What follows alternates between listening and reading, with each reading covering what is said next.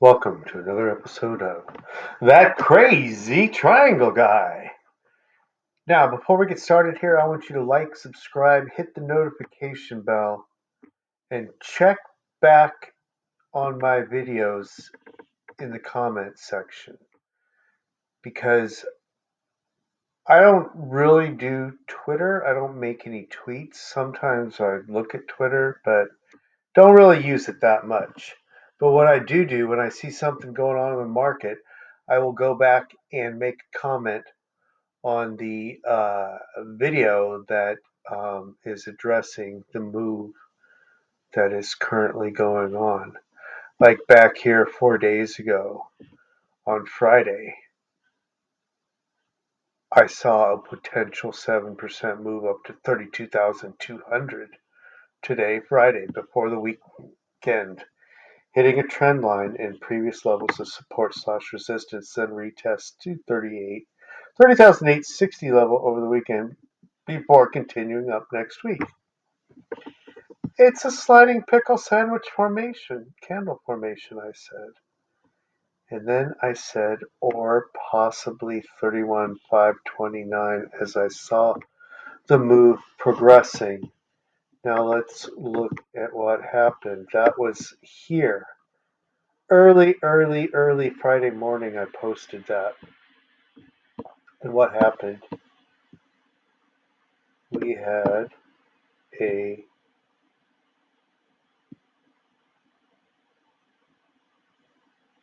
a 5% move. Missed it by a little bit. 5% move to 31,426.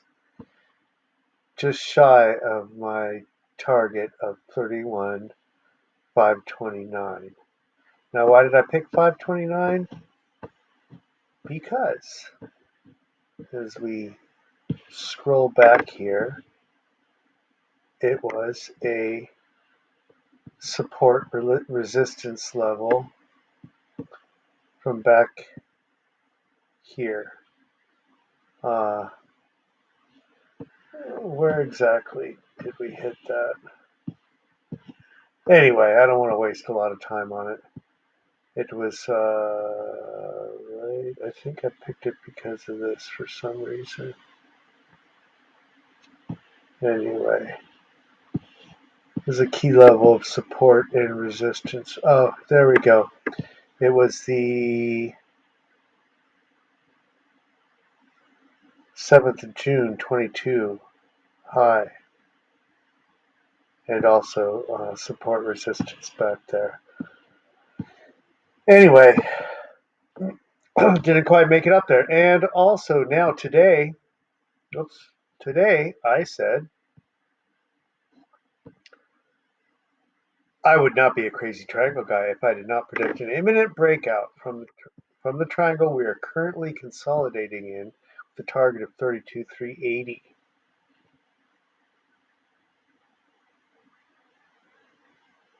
Huh, this is weird. Here it says triangle. On my phone it said trial. That's why I corrected it. I guess that's weird. I guess it recorrected afterwards? That is crazy. Anyway, and I said if I had to put a time frame on it, I'd say by midnight Pacific Daylight Time or morning Europe time. Well, here we are, right there. That was that's where I picked it, right there at that cross. And if you would look at how we wicked right up to the intersection of those lines. It's crazy.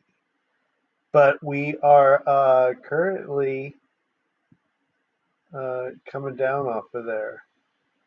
Now, what I think could happen is the old bear trap, bull trap, bear trap,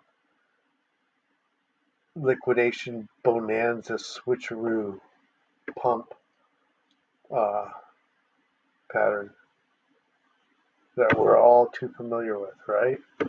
I'm really wondering if we see a bear trap right here shoot out the bottom of this triangle and then a short squeeze up to the 32,380.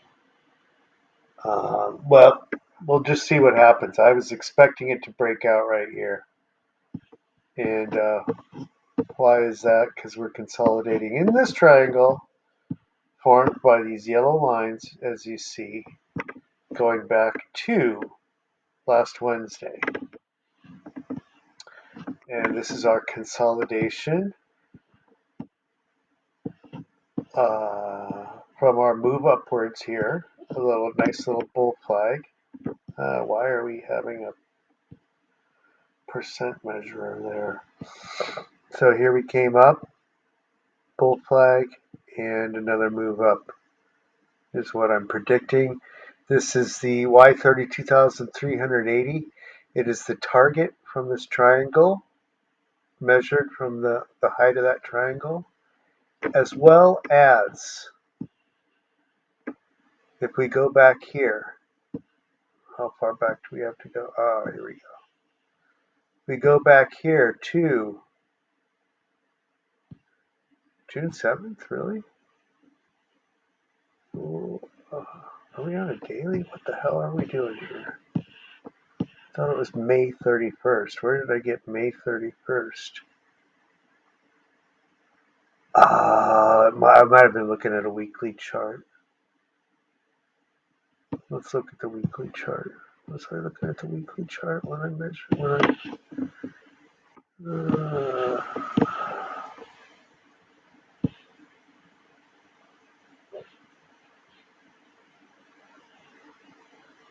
What the hell is going on here? I'm losing my mind. I thought it was May 31st.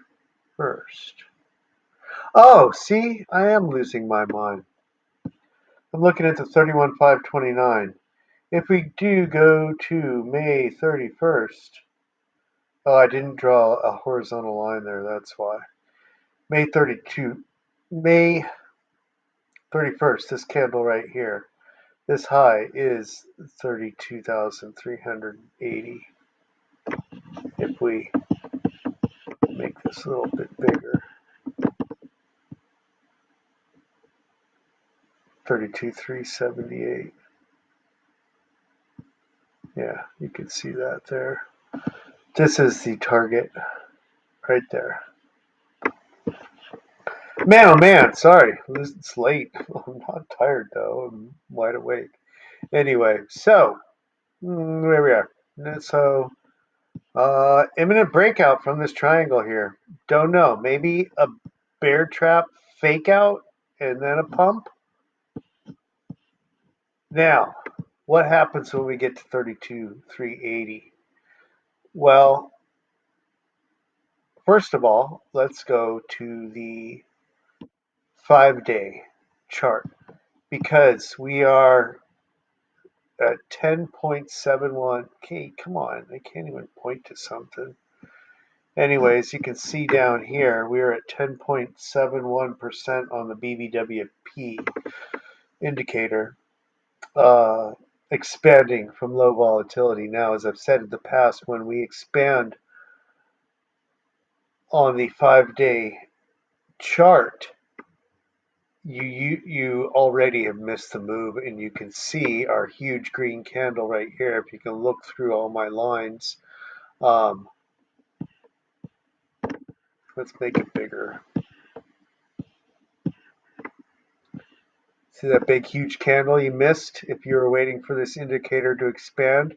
Now, it's barely expanded here, so we should see it pump up a little bit more as it expands in 2.5 days. You can see here we got 2.5 days left till the next close on the 5-day. But you may be noticing that the stochastic indicator is pointed slightly downwards. Don't worry about that.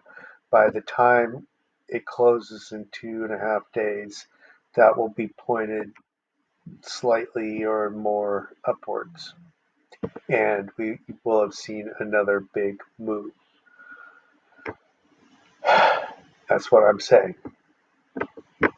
something else could happen, but I think that's what's going to happen. Now, okay, so we don't need that anymore. Let's go to the weekly, and we have the Gaussian channel, the weekly Gaussian channel pulled up here, and a bunch of those little, what do people call them? They are bar candle patterns, fractals, people call them. Some nice little fractals that could indicate where we are going, but forget about that for now. I don't think we'll get into that. You can go back to past videos if you want to see where those go. Here we are on the weekly with the Gaussian channel, which we have just busted through the top of the weekly Gaussian channel.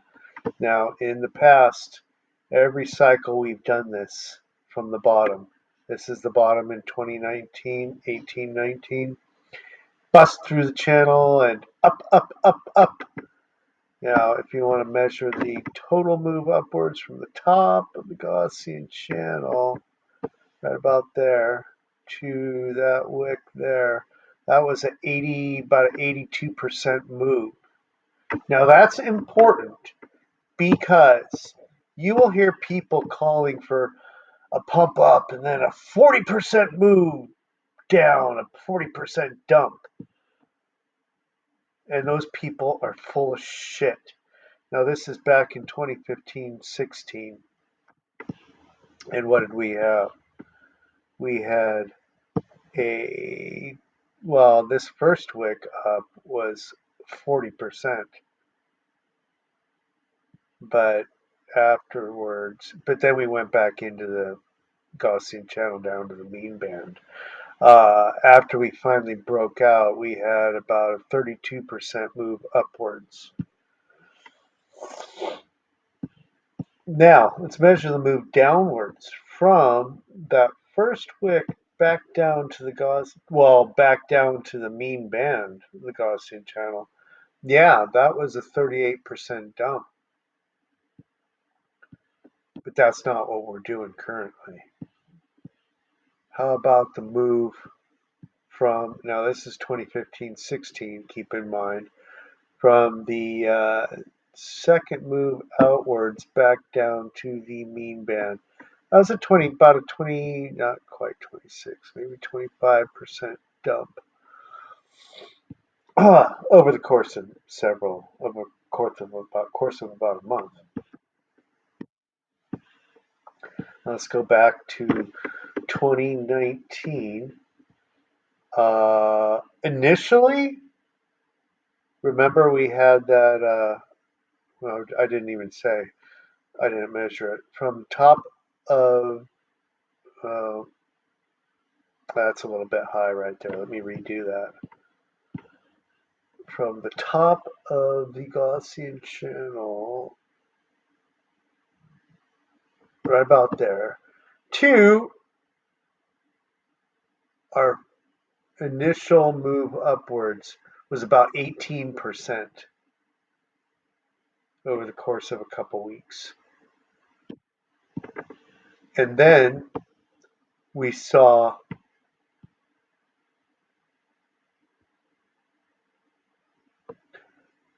about a 19% move downwards back to the top of the Gaussian channel. Okay, not 40%, 19%. So basically we came right back down.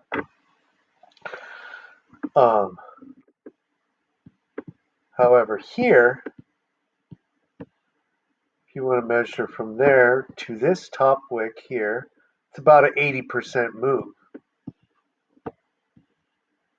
And then we had a 45, almost 47% dump over the course of a couple months, or 2 or 3 months there.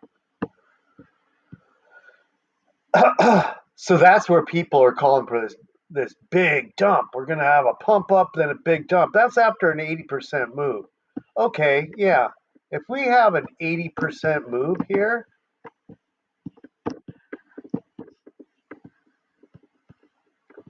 from the top of the Gaussian channel.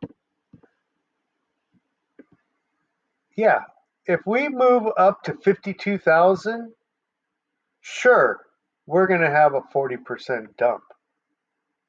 But if we move up to 32,500 or so, whatever the number I said, 380, that's a 12% move. We're not going to have a 40% dump from a 12% move. People are going to call for us to dump back down to the top of the Gaussian channel. However, is that really what happens? And I think I pointed this out in a previous video, but I'm not sure. So let's point it out now. When we make the initial move out of the top of the Gaussian channel and then come back down, what are we really doing?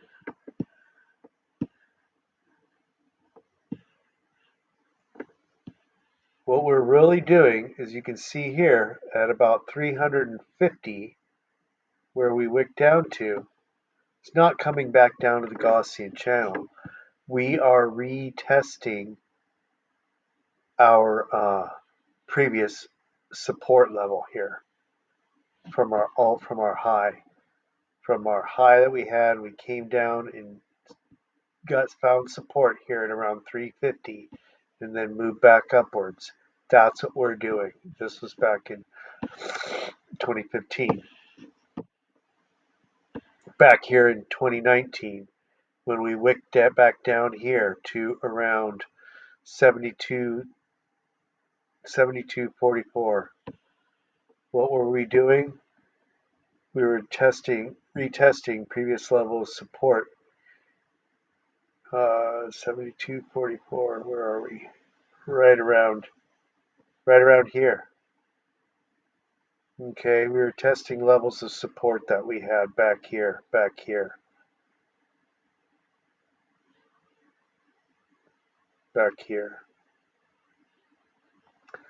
Anyway, there's various levels here, but that's what we were doing, retesting those levels right here. It's all these places where we came down to the Gaussian channel. We were really retesting previous support levels. Even when we came all the way down here, back into the Gaussian channel, you can see it lines up with this previous support levels here. So it just so happens the Gaussian channel seems to whatever, they seem to match up. So after our initial move up here, where are we going to come back down to? Come back down to the top of the Gaussian channel, perhaps, or previous levels of support. Now the bottommost level of support is right here, and that is 28,800. However, there are various levels of support. There's a whole range of support from 31.5 all the way down to 28.8. So that's where we'll wick down to. Let me take it off of auto here and open this up.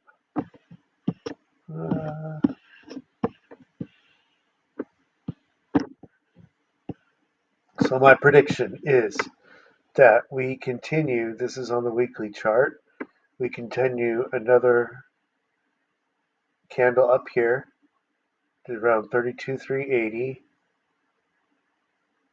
and then we come back down.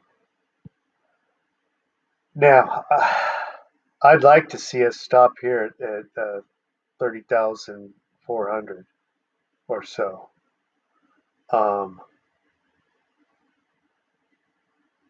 And find that as our new level of support, which we will never ever go below again, as you'll hear other people say.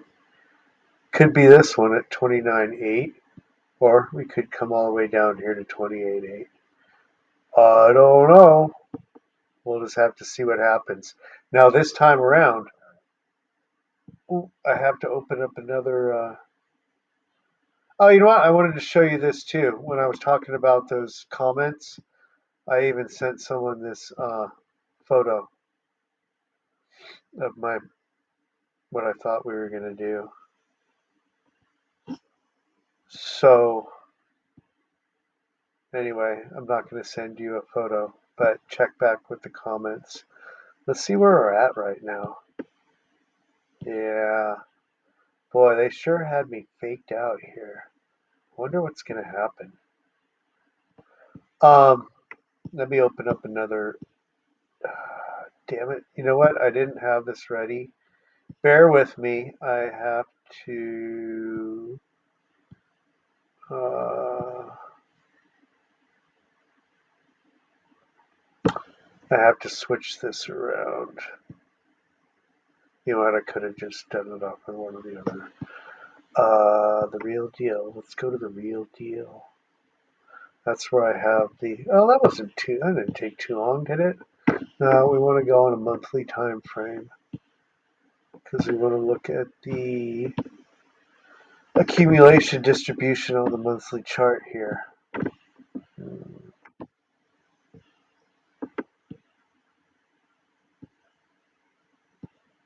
We don't really need this one.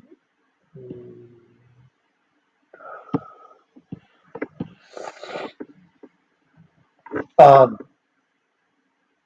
so this time around, we have a much steeper accumulation distribution um, graph on that indicator than we have definitely back here and even back here. We got a lot of accumulation going on rapidly right now, which leads me to believe that we're going to see bigger moves or or not as big of dumps as we've had in the past. So just look out for that. If you know what, I pointed this out before, and I want to point it out again. This steep move upward in price in 2019, and then our dump back down even before COVID, um, was because the slope of our accumulation distribution chart